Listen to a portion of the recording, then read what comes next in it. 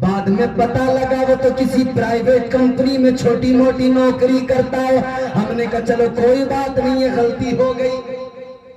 ایک بیٹی کا کرنے میں غلطی ہو گئی تو ایک بار دھوکہ کھا لیا، دوسری بیٹی کا کریں گے غلطی کو سدھار لیں گے. نہیں، کوئی سامان خرید کے لائے، ہم نے پسند کیا لیکن پسند کرنے میں غلطی ہو جاتی ہے. جب لے کے آ گئے تو گھر پہ پتا لگا یہ تو خراب ہے. تو چننے میں غلطی ہو گئی، پسند کرنے میں غلطی ہو گئی. تو کہنے لگے چلو کوئی بات نہیں ہے، دوبارہ جب لائیں گے تو غلطی کو سدھار لیں گے. اللہ نے فرما دیا میرے بندے، جب تم چنتے ہو تو غلطی ہو جاتی ہے، جب تم پسند کرتے ہو تو غلطی ہو جاتی ہے. اسی لیے تمہارا پروردگار تمہیں مذہب دین دے گا تو خود پسند کر کے دے گا کہ تم سے غلطی نہ ہو جائے. اگر غلطی ہو گئی تو دنیا بھی تباہ ہو جائے گی، آخرت بھی تباہ ہو جائے گی. اور سنو میرے عزیزو، اللہ نے محبوب بھی چن کے دیا، اللہ نے رسول بھی لاجواب دیا. وہ رسول اللہ نے عطا کیا کہ موسیٰ علیہ السلام جیسے جلیل القدر پیغمبر اللہ کی بارگاہ میں ہاتھ اٹھا کر اللہ کی بارگاہ میں دعا کرتے ہیں، اللہم اجعلنی من امتی محمد. کہتے ہیں یا اللہ اے میرے پروردگار تو مجھے اپنے محبوب کی امت میں شامل کر دے. موسیٰ دعا کرے اللہ اپنے محبوب کی امت میں شامل کر دے. آپ نے میں نے دعا نہیں مانگی، اللہ کا کرم ہے کہ اس نے مجھے اور آپ کو اپنے پیارے محبوب کا امتی بنا دیا ہے. بات سمجھ میں آ رہی ہے آپ کو؟ ہاں، اب سنتے جانا. میں آپ کو قرآن سناتا جاؤں گا. میں لطیفے نہیں سناتا تقریر میں لوگوں کو ہنساتا نہیں تقریر میں. یہ ہنسانے کی جگہ نہیں ہوتی ہے، یہ لطیفوں کی جگہ ہے. یہ کامیڈی سرکس نہیں ہے میرے بھائی. یہ وہ جگہ ہے کہ یہاں پہ اللہ کا خوف اگر دلوں میں آ جائے تو زندگیاں بدل جائیں. خوف خدا، خشیت خدا اگر دل میں آ جائے تو اب سنو میرے حضور کی حدیث. آقا فرماتے ایمان دو چیزوں کے درمیان ہے. ایمان، یہ علماء بیٹھے ہیں تائید کریں گے، مفتی اورنگزیب صاحب بیٹھے ہیں تائید کریں گے. فیصل بھائی، ایمان دو چیزوں کے درمیان. پہلی چیز کیا فرمایا حضور نے کہ پہلی چیز یہ کہ اللہ کا خوف اور خشیت دل کے اندر ہو. پہلی چیز اللہ کا خوف، اور دوسری چیز فرمایا اللہ کی رحمت پہ بھروسہ ہو. صرف خوف ہی ہے، اس کی رحمت پہ بھروسہ نہیں، تب بھی ایمان میں کچھ نہ کچھ کمزوری ہے. اور اس کی رحمت پہ اتنا بھروسہ کر لیا آدمی نے کہ خوف خدا دل سے نکل گیا اور نافرمان بن گیا، تب بھی ایمان میں کمزوری ہے. نافرمانی کو اللہ پسند نہیں کرتا ہے، ہم تو روز کرتے ہیں نا. ایک چیز ہے بس، اس کو سمجھ لو. شیطان نے نافرمانی کی ایک، اللہ نے کہا سجدہ کر، اس نے کہا نہیں کروں گا. اللہ نے فرشتوں کو حکم دیا. پروردگار عالم نے فرمایا وَإِذْ قُلْنَا لِلْمَلَائِكَةِ اسْجُدُوا لِآدَمَ فَسَجَدُوا إِلَّا إِبْلِيسَ. اللہ نے فرشتوں کو حکم دیا آدم کو سجدہ کرو. سارے فرشتوں نے سجدہ کیا مگر شیطان نے نہیں کیا، ابلیس نے نہیں کیا. اللہ نے فرمایا او مردود تو بتا تو نے سجدہ کیوں نہیں کیا؟ اب سنو، اس نے نافرمانی تو کی تھی، اگر یہ معافی مانگ لیتا تو اللہ معاف کر دیتا، مگر یہ اکڑ گیا اور اللہ اکڑنے والوں کو پسند نہیں کرتا میرے پیارے. اس نے کہا قال انا خیر منہ، کہنے لگا اے مولا میں افضل ہوں، میں بہتر ہوں، آدم سے بہتر میں ہوں، آدم سے افضل میں ہوں، آدم سے اعلیٰ میں ہوں. اللہ نے فرمایا او مردود تو اکڑ گیا، تو اپنے کیے پر پچھتانا تو بڑی بات ہے، تو اکڑ رہا ہے، غرور کر رہا ہے، تکبر کر رہا ہے. تو اللہ نے فرما دیا قال فاخرج منها فإنك رجيم. وَإِنَّ عَلَيْكَ اللَّعْنَةَ إِلَى يَوْمِ الدِّينِ۔ اللہ نے فرمایا او مردود دفع ہو جا، میری بارگاہ سے نکل جا، دفع ہو جا۔ اللہ نے فرمایا قیامت کے دن تک تجھ پر لعنتیں کی جائیں گی۔ کیوں؟ اکڑ گیا تھا۔ اللہ نے فرمایا اکڑ گیا تو دفع ہو جا، نکل جا، قیامت تک تجھ پر لعنتیں کی جائیں گی، لعنتیں بھیجی جائیں گی۔ اب یہ شیطان نکلا، جا رہا ہے، مگر جاتے جاتے اس نے مڑ کے دیکھا اور اس نے اللہ کی بارگاہ میں کہا، کہنے لگا مولا یہ آدم ہے جس کی وجہ سے میرے سجدے چلے گئے، یہ آدم ہے جس کی وجہ سے عبادتیں چلی گئی، بندگی ساری ختم۔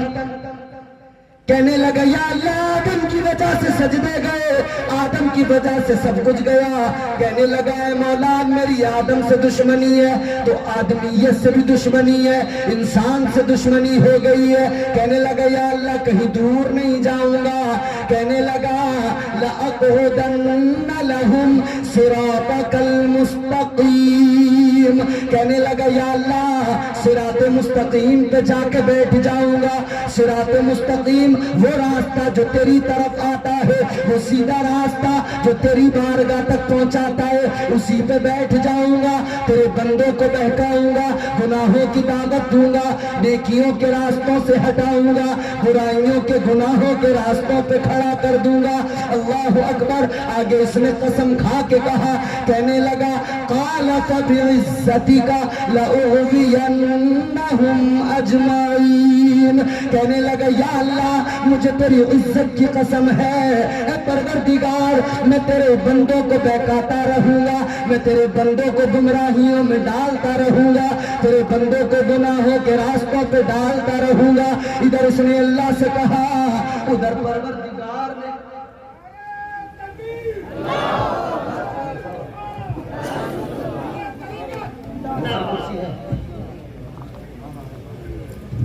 نعرہ تکبیر، نعرہ رسالت، فیضان غوث بنگالہ، نعرہ تکبیر، نعرہ رسالت۔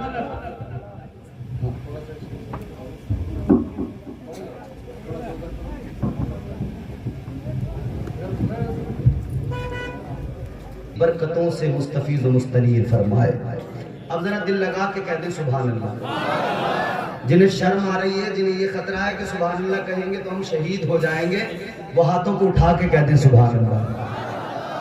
اچھا ہاتھ اٹھانے کی باری آئے نا مفتی صاحب تو کچھ لوگ جو ہے نا پھر غصہ کرنے لگتے ہیں، کہتے ہیں یار یہ مولانا لوگوں کا سمجھ میں نہیں آیا۔ کچھ لوگ ہاتھ اٹھانے پہ غصہ کرتے ہیں، کہتے ہیں مولانا لوگوں کا معاملہ سمجھ میں نہیں آتا، ہاتھ کیوں اٹھواتے ہیں۔ ہمارے سید صاحب سید خورشید اقبال صاحب بڑی اچھی عمدہ نظامت ہے۔ اکثر ناظموں کا کام ہوتا ہے کہ ہاتھ اٹھاؤ، یہ اٹھاؤ، یہ اٹھاؤ، یہ ابا کے نام پہ، یہ اماں کے نام پہ، لوگ چڑھ جاتے ہیں، غصہ کرتے ہیں۔ ایک جگہ ناظم صاحب نے کہہ دیا تھا ایک اماں کے نام پہ اٹھا دو، ایک ابا کے نام پہ، ایک آدمی غصہ آ گیا، کہا کہ پیر رہ گئے، ساس سسر کے نام پہ نہیں اٹھا دوں کیا؟ تو لوگوں کو غصہ آ جاتا ہے، لیکن میرے بھائی اس کا فائدہ کتنا بڑا سنیں، اس کا فائدہ کتنا بڑا۔ میں قرآن پڑھتا ہوں، آپ قرآن سنو، ذرا دل لگا کے بولو۔ پروردگار عالم نے قرآن مجید میں فرمایا، سورہ یاسین پڑھو، اللہ نے فرمایا الیوم نختم علی افواہہم وتکلمنا ایدیہم۔ اللہ نے قرآن مجید میں فرمایا، میدان محشر کے منظر کو یاد رکھو میرے عزیزو، اللہ کا قرآن کہتا ہے محشر میں زبانیں بند ہو جائیں گی، ہاتھ گواہی دیں گے،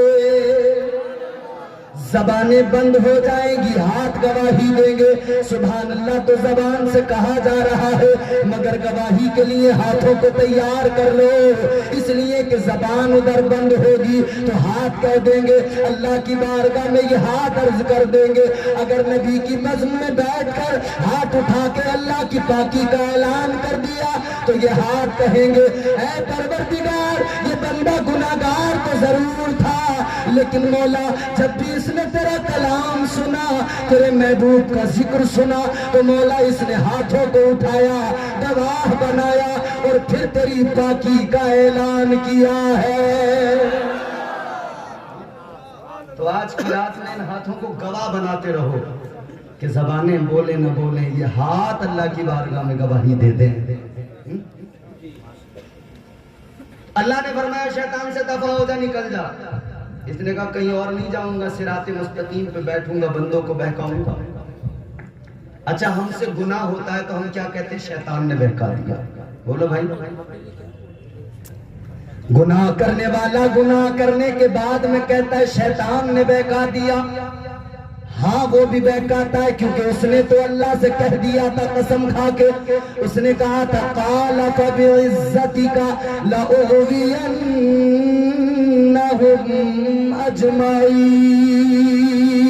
اس نے کہا تھا مولا تیری عزت کی قسم ہے، تیرے بندوں کو قیامت تک بہکاتا رہوں گا، تیرے بندوں کو بہکاتا رہوں گا۔ اور سنو شیطان نے کہا تھا یا اللہ تیرے بندوں کو بہکاؤں گا، کہنے لگا مولا آگے سے سامنے سے بھی حملہ کروں گا، کہنے لگا پیچھے سے بھی حملہ کروں گا۔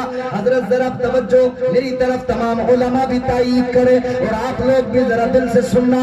شیطان نے اللہ کی بارگاہ میں کہہ دیا مولا آگے سے سامنے سے بھی وار کروں گا، حملہ کروں گا، پیچھے سے بھی وار کروں گا، حملہ کروں گا، آگے سے بھی بہکاؤں گا، پیچھے سے بھی بہکاؤں گا، دائیں جانب سے بھی بہکاؤں گا، بائیں جانب سے بھی بہکاؤں گا، چاروں طرف سے بہکاؤں گا، چاروں سائیڈوں سے حملے کروں گا۔ اللہ نے فرما دیا اور شیطان تو میرے بندوں کو چاروں طرف سے بہکائے گا، مگر سن لے تو نے چاروں سائیڈوں کو چن لیا، دو سائیڈیں چھوڑ دی ہے، ایک اوپر کی سائیڈ کو چھوڑ دیا ہے، ایک نیچے والی سمت کو چھوڑ دیا ہے۔ اللہ نے فرمایا تیری چار سمتیں ہیں، چار سائیڈیں ہیں، تو چار طرف سے حملے کرے گا، مگر میں اپنے بندوں سے پیار کرتا ہوں، دو طرف سے اپنے بندوں پہ کرم کروں گا۔ اللہ نے فرمایا تو چاروں طرف سے بہکائے گا، مگر جب میرا بندہ یوں اوپر کو ہاتھ اٹھائے گا اور آنسو بہا کے مجھ سے توبہ کرے گا، اللہ نے فرمایا میں اس کے سارے گناہوں کو معاف کر دوں گا۔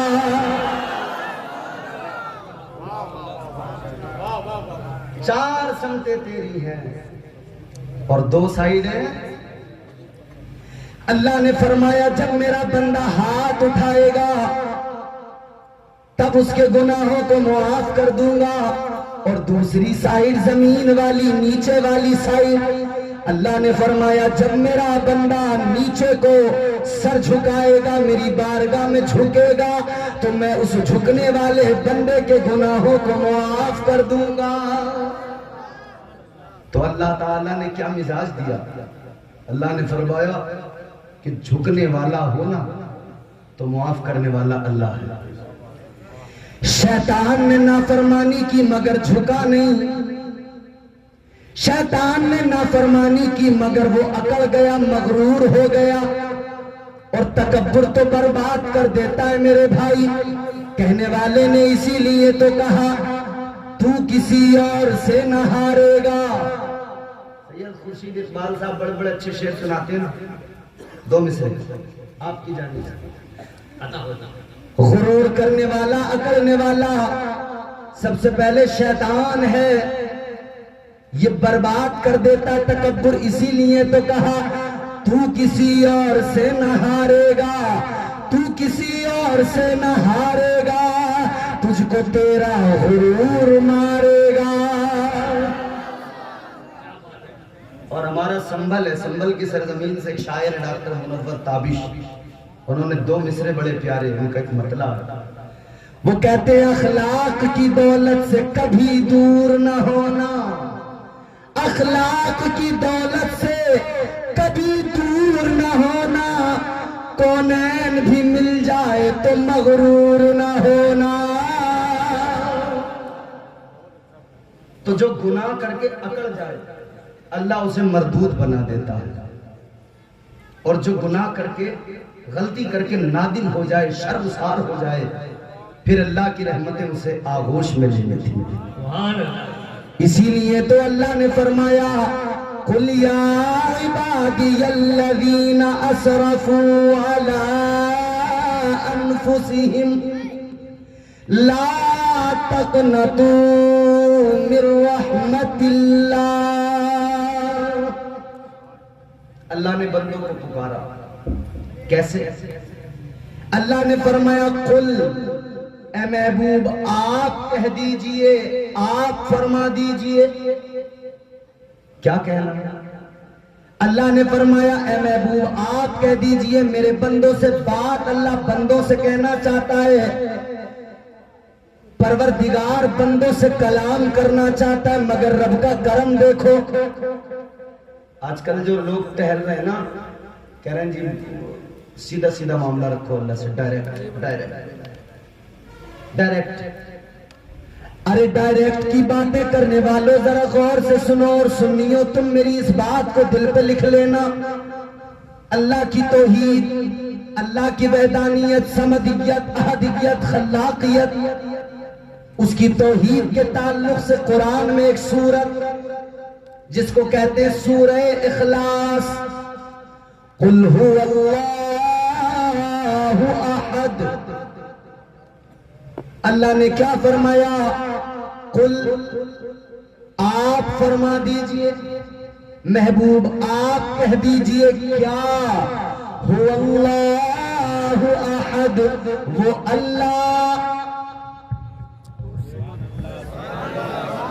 اللہ ایک ہے. کتنے ہیں اللہ؟ اللہ ایک ہے. دیکھا ہے کسی نے؟ بولو نہیں دیکھا.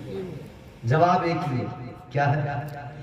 ایک دیکھنے والے کا کہا مان لیا ہے، ایک دیکھنے والے کا کہا مان لیا ہے، بن دیکھے ہم نے اس کو خدا مان لیا ہے. دیکھا نہیں ہے؟ حضرت آدم آئے، اپنی امت کو پیغام توحید سنایا، فرمایا اللہ ایک ہے. قوم نے کہا آپ کو کس نے بتایا؟ کہنے لگے فرشتوں کے سردار جبرائیل نے بتایا. حضرت نوح نے اپنی قوم کو کہا اللہ ایک ہے. قوم نے کہا آپ کو کس نے بتایا؟ کہنے لگے فرشتوں کے سردار جبرائیل نے بتایا. 1,24,000 کم و بیش انبیاء کرام، رسولان اعظام، سارے کے سارے جب انہوں نے اپنی قوموں کو پیغام دیا کہ اللہ ایک ہے تو سب نے سوال کیا تھا آپ کو کس نے بتایا؟ جواب سب کا یہی تھا فرشتوں کے سردار جبرائیل نے بتایا. لیکن جب تمہارے میرے نبی کائنات کے امام الانبیاء تاجدار مدینہ نے فاران کی چوٹی پہ کھڑے ہو کے کہا اللہ ایک ہے، قوم نے کہا کس نے بتایا؟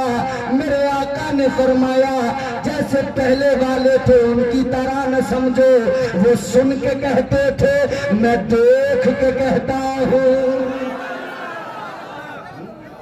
انہوں نے سن کے کہا تھا اللہ ایک ہے. میں سن کے نہیں کہہ رہا، میں تو دیکھ کے آیا ہوں، میں تو دیدار کر کے آیا. تو اللہ ایک. اللہ نے فرمایا قل هو اللہ احد. اللہ کو بندوں تک یہ پیغام پہنچانا تھا کہ اللہ ایک ہے. تو اللہ تو بندوں سے ڈائریکٹ کہہ سکتا تھا کہ بندوں میں تمہارا رب ہوں ایک. بات اتنی بھی ہو جاتی تو بندوں کو سمجھ میں آ جاتا. اللہ کہہ دیتا هو اللہ احد. قل اگر ہٹا دیا جاتا تب بھی یہی بات توحید کا پیغام ہی پہنچ رہا تھا. لیکن اللہ نے بندوں کو مزاج دیا اے میرے بندے بات میری توحید کی ہو یا کوئی اور بھی ہو، میں خدا تم بندے تمہاری اوقات نہیں کہ میں تم سے ڈائریکٹ بات کروں. تم تمہاری اوقات نہیں کہ تمہارا خدا تم سے ڈائریکٹ بات کر لے، پیغام خدا کا ڈائریکٹ نہیں آئے گا۔ اللہ نے فرمایا میں نے اسی لیے تو اپنے رسول کو بھیجا ہے کہ اس کو وسیلہ بناؤں گا۔ تو سنو سنو سنیو، غور سے سنو، اے میرے عزیزو، غوث بنگالہ کے دیوانوں سنو، ادھر اللہ نے سورہ توحید میں جب اپنی بات آئی، اپنے آپ کو منوانے کی بات آئی، تو اللہ نے مزاج دیا، منواؤں گا خود کو مگر بغیر وسیلے کے نہیں منواؤں گا۔ میں خدا ہو کے جب اپنے حبیب کا وسیلہ لے کے تم سے بات کرتا ہوں تو تمہاری اوقات کیسے ہو گئی؟ تم خدا سے بغیر حبیب کے وسیلے کے بات کر لو۔ تمہیں کس نے حق دے دیا؟ تم کہو کہ ہم تو ڈائریکٹ اللہ سے مانگ لیں گے۔ ارے جب خدا ہو کے ڈائریکٹ تم سے بغیر وسیلے کے بات نہیں کرتا تو تمہاری اوقات کیا ہے کہ تم بغیر وسیلے کے ڈائریکٹ اللہ سے مناجات کرو؟ نہیں۔